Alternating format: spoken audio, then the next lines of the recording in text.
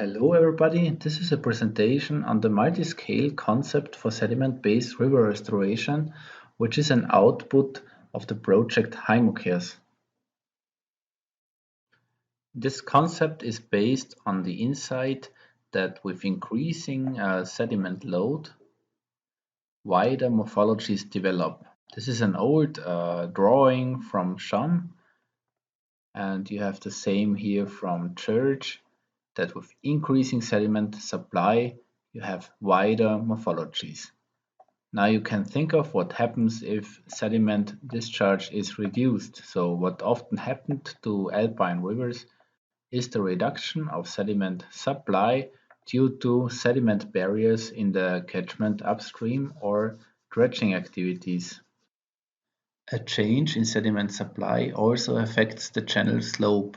If larger amounts of sediments are supplied to the river, the slope needs to steepen to be able to transport the increased amount of sediment. If less sediment is supplied to the river, the slope flattens to adjust the sediment transport capacity of the river to the decreased supply of sediment. For the presented concept, it is important to consider that in aggrading river reaches, the sediment particles tend to deposit, so that finally the sediment discharge is decreasing with distance downstream. In degrading reaches, the sediment particles tend to be eroded from the river bed, so that with distance downstream the sediment discharge increases. Over long term, the sediment output and the discharge throughout the reach adjusts to the sediment supply at the aggrading reaches and degrading reaches.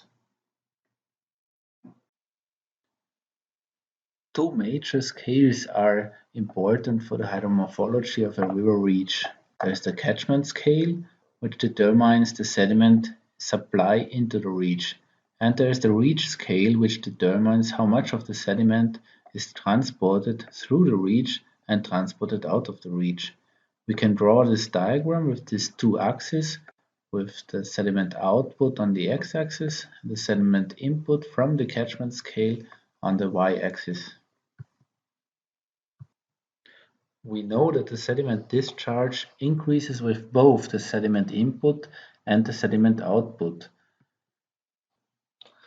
Accordingly, also the lateral dynamics would increase with both the sediment input and the sediment output. This allows us to draw the following relationship in the diagram. We have an area where the rivers are of a wider morphology, and we have an area where the rivers are of a narrower morphology. At the same time, the sediment input into the reach and the sediment output out of the reach determine the sediment budget in the reach, and they determine whether the river is aggrading or degrading. And there is an area in between where the river dynamically may change around an equilibrium stage. Now we can combine these two diagrams and we obtain this kind of diagram, which is the base of our concept.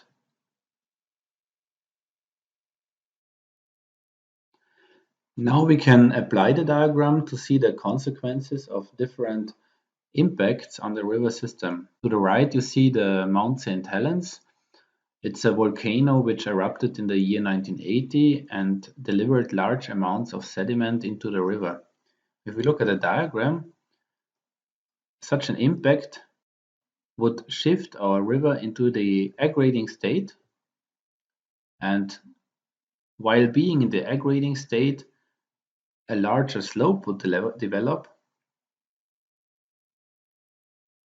and the slope would get so high that in the end the same sediment discharge would be delivered out of the reach.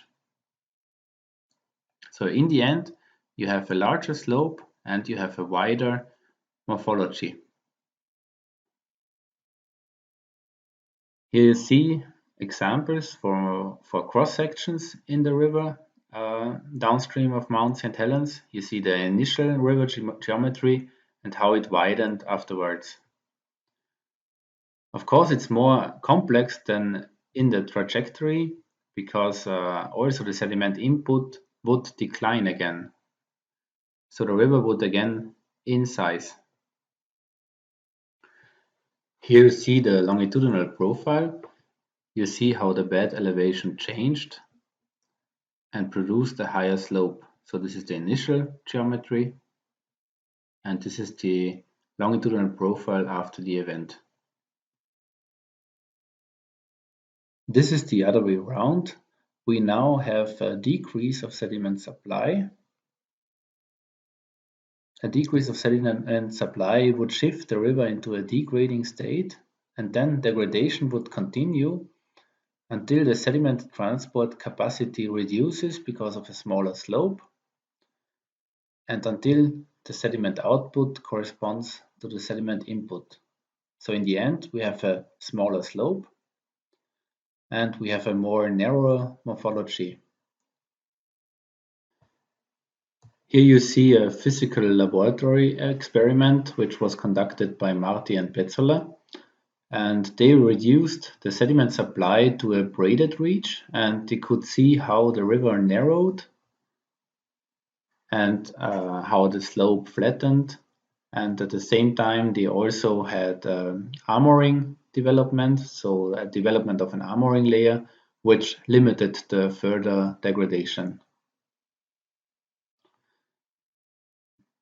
But what if a natural river is channelized? Channelization would increase the sediment transport capacity, which would shift the river into a degrading state, and the bank protections would experience a very high lateral load. So during floods, this may be very problematic because due to the degradation, you have a lot of sediment amounts being transported during floods. And the river may adjust to this new situation by decreasing the slope. So you have erosion of the riverbed until the slope flattened enough so that the sediment transport capacity is decreased. But instead of continued degradation, the river may develop an armoring layer which would protect the bed from further erosion, and then in that case the river would quickly shift back to the equilibrium state, but this is not really an equilibrium state because the next flood event may break up the armoring layer, and then the river would quickly shift again to the degrading state. And that may be a problem during floods, also for bank protections. You see here in the images that extreme events may cause then massive damages to the infrastructure. So because of the large widening despite the bank protection structures, because of the large increased lateral load.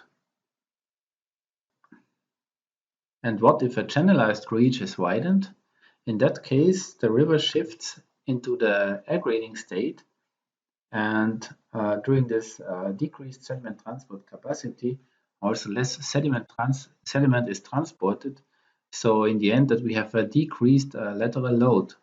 So it's also not as a wide morphology as in the natural state in equilibrium. But then a larger slope develops during the adjustment, and the river attains its morphology, which corresponds to the sediment input. You see to the right the effect of a widening. It is at the Drava River in Carinthia in Austria. And you see that afterwards bars developed due to the aggradation. We hope you find this useful. Of course, it does not account for all the processes which occur and all the effects, for example, vegetation or different structures. But it's there to provide an understanding of the connection between sediment supply and morphology, and also to understand the trajectories. So where does the river evolve to, and to estimate in advance the effect of different actions in the river. You may also want to look up this deliverable. You see that many of the project team were involved in this deliverable, and this deliverable contains a description of this concept, but also of tools, for example, to assess the trajectory of a river channel, and also to assess the artificiality regarding channel constraints. Thank you very much for watching. You can find even more information on the project HyMoCARES using this link. Thank you. Goodbye.